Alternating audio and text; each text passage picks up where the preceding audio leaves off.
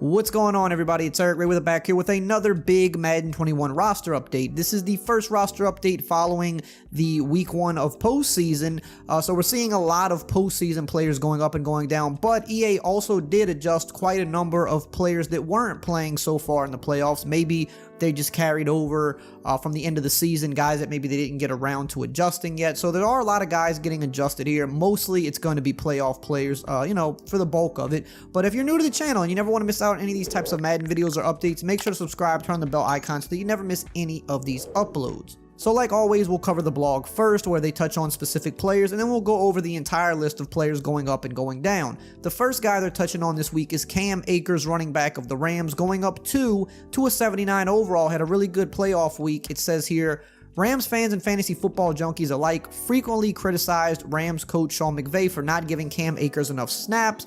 They anxiously awaited to witness signs for just how high his ceiling could be. Well, now we're seeing it. Akers got fed the rock in the postseason with fresh legs without much wear and tear.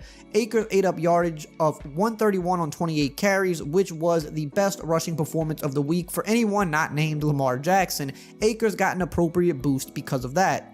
Next up, we got Stefan Diggs, who's been, I think, the best receiver in the league this year. Maybe Devontae Adams. It's actually very close. They've both been crazy. Stefan Diggs inching closer to that 99 overall. He's going up 1 to a 97 overall this week. It says here, this can't be stated enough. Stefan Diggs is an elite wide receiver. He's growing chemistry with quarterback Josh Allen, has been something special this season. Now it gets increasingly difficult for wide receivers to climb the Madden ratings as they get to the mid-90s in overall, but Diggs has put together an epic season that continued into the wild card round. With 128 yards and a touchdown, Diggs sees a bump in catch, release, deep route running, and more to bring him up to a 97 overall. And then next we've got Nick Chubb, who is looking like the best runner in the league to me at this point. He goes up +1 to a 96 overall. It says here, I don't think running back Nick Chubb gets enough credit for the season. He quietly surpassed 1,000 yards on the year despite missing 4 games and despite sharing a backfield with Kareem Hunt. His consistency is the foundation of the entire Browns offense. His 76 yards rushing and 69 yards receiving against the Steelers was instrumental to their win. The performance has also earned Nick Chubb a boost in awareness, catch, and juke.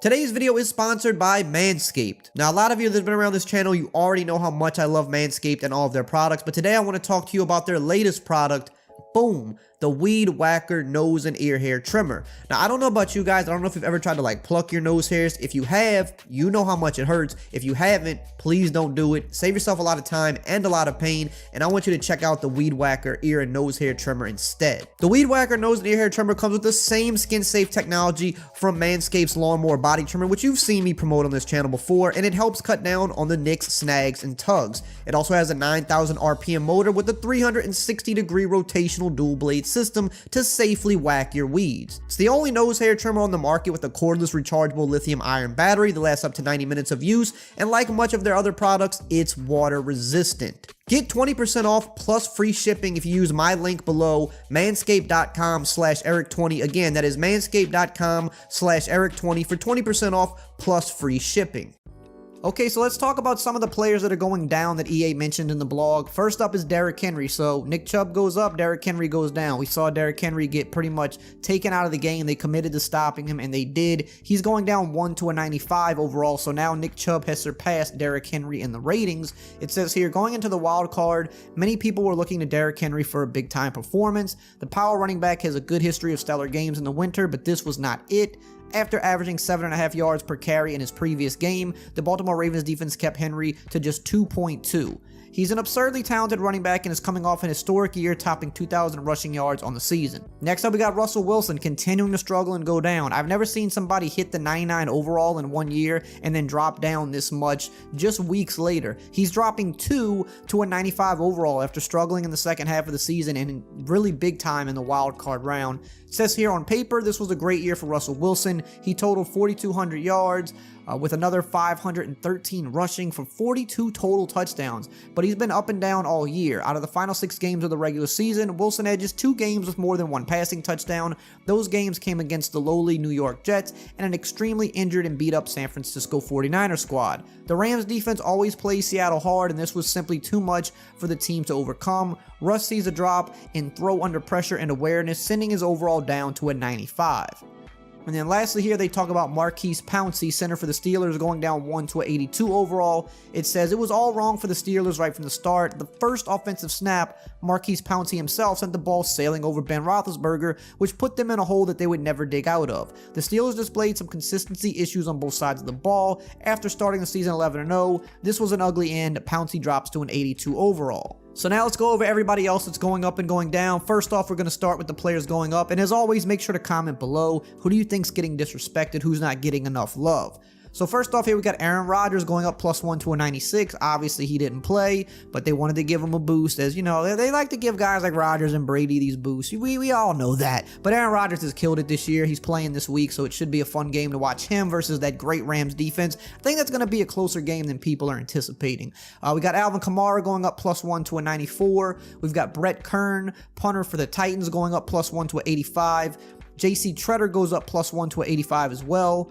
Baker Mayfield goes up +1 to a 84. I'm honestly surprised he's that low. I thought he was rated a little bit higher than this. Seems like for a guy that's had a pretty good year, his best year, and a good opening playoff game, I thought he'd be a little bit higher than this, but he does get a little love there.